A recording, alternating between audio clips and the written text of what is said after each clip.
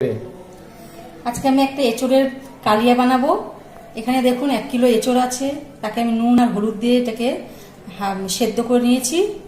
আর 1 kilo আলু, বড় সাইজের আলু 4 টুকরো করেছি। আর তার সাথে 4টে ছোট সাইজের টমেটো দেব, আর ছোট মাঝারি সাইজের 2টো পেঁয়াজ, আর একটা ছোট্ট গোটা রসুন, 5টা শুকনো লঙ্কা, আর হাফ ইঞ্চি মতন আদা।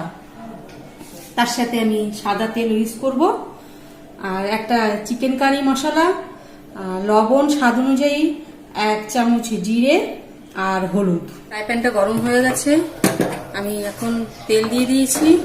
তেলটা ভালো করে গরম হলে আমি এঁচড়গুলো এক করে ছেড়ে দেবো।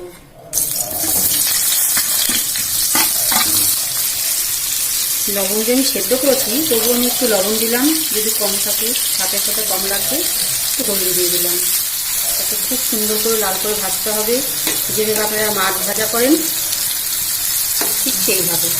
এই কড়াই গরম হয়ে গেছে, আমি এর পাশে কড়াইতে তেল দিয়ে দিচ্ছি।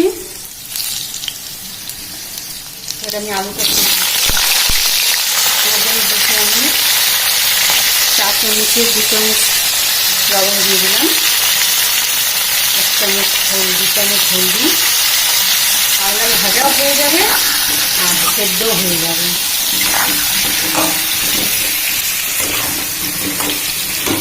এদিকটা আমার এঁচোড়টা আর একটু হবে লাল। পাশে এই যে একটু আদা, যেগুলো আমি কেটে রেখেছিলাম, পেঁয়াজ, রসুন, লঙ্কা, টমেটো পেস্ট করে নেব।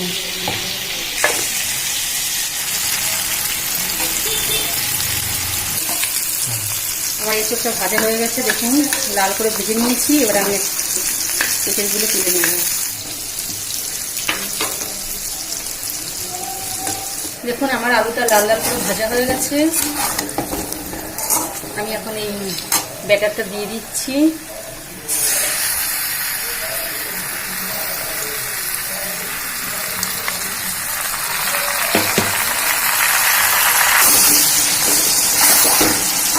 চামচ হলুদ গুঁড়ো দিলাম,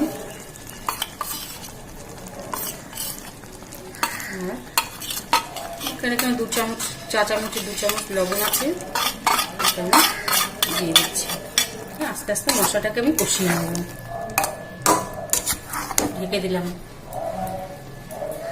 দেখুন আমি 5 মিনিট পরে ঢাকনাটা তুলে দেখুন আমার মশলাটা যে জলটা গলেছিল সেটা ফুটে নিয়েছে, আর আলুটাও সেদ্ধ হয়ে গেছে।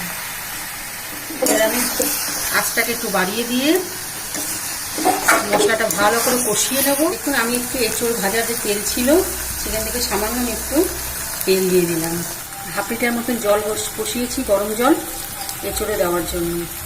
ভালোভাবে সেটাকে নিয়ে নিলাম, কষিয়ে নিচ্ছি। আর একটু কষাতে হবে, কোনো কষানো ভালো হয়নি।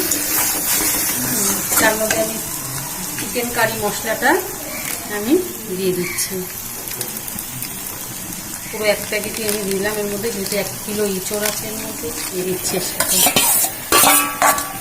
ভাজা এঁচোড়টা ছিল, এবার এটাকে ভালো করে আমি মিশিয়ে নেবো, কমিয়ে রেখে মাছটাকে। দেখুন আমার মশলাটা ভালো করে কষানো হয়ে গেছে এঁচোড় এবং আলুর সাথে। দেখুন আমার তেলটা দেখেছেন, তেলটা খুঁটির থেকে ছেড়ে দিচ্ছে মশলার থেকে। এই যে এবার আমি এর সাথে একটু গরম জল করে রেখেছি 1/2 লিটার, সেটা আমি এর সাথে অ্যাড করব। আমি এখানে গরম মশলা ব্যবহার করিনি, কেন কি চিকেন কারির মধ্যে যে মশলাটা আছে সেটা গরম মশলা সব মিক্সড করাই আছে। অ্যাড করছি।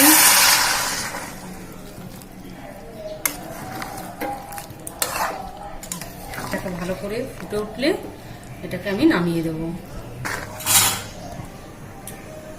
দেখুন আবার একটা ফুটে উঠেছে ঝোলটা, এবার আমি নামিয়ে দেবো। কেন কি এঁচোড় আস্তে আস্তে এই জলটা টেনে নেবে, এঁচোড়ের আলুতে পুরো শুকিয়ে যাবে,